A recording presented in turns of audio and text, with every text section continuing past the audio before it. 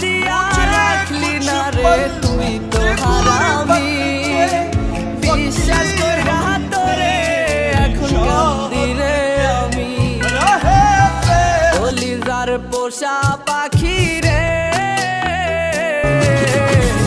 অপরাধ না করে যখন অপরাধী তখন চুপ থাকাই ভালো, কারণ চিৎকার করে কখনো নির্দোষ প্রমাণ করা যায় না।